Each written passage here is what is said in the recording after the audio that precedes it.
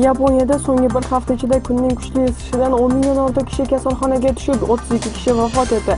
Jabrlanganlarning ko'pchiligi Tokio shahrida bo'lgan. U yerda 971 kishi, Osakada 911 va Aichi shahrida 749 kishi kasalxonaga yetkazilgan.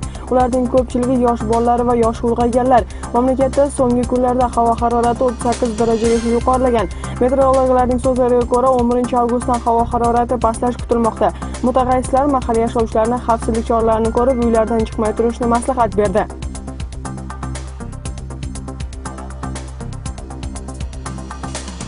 Iroqning Bakuba shahrida sodir bo'lgan portlashdan 42 kishi vafot etib, 70 ga yaqini jarohatlangan. Terakt shahar bozorlarining birida bo'lgan. Bu kabi katta portlash bu vaqtgacha iyul oyida Diyali provinsiyasida bo'lib, undan 115 kishi ko'z yumgan edi.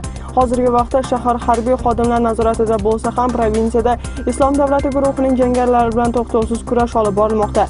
Bakuba shahri Bag'doddan 60 km uzoqlikda joylashgan.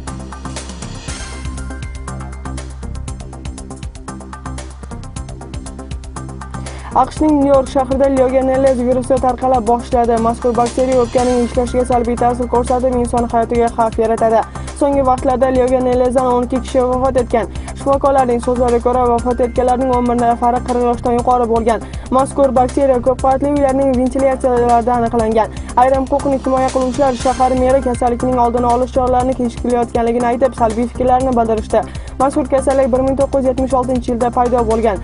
Amerika legionida harbiy kasallikdan vafot etgandan keyin virusni legionellez deb atab qo'yishgan.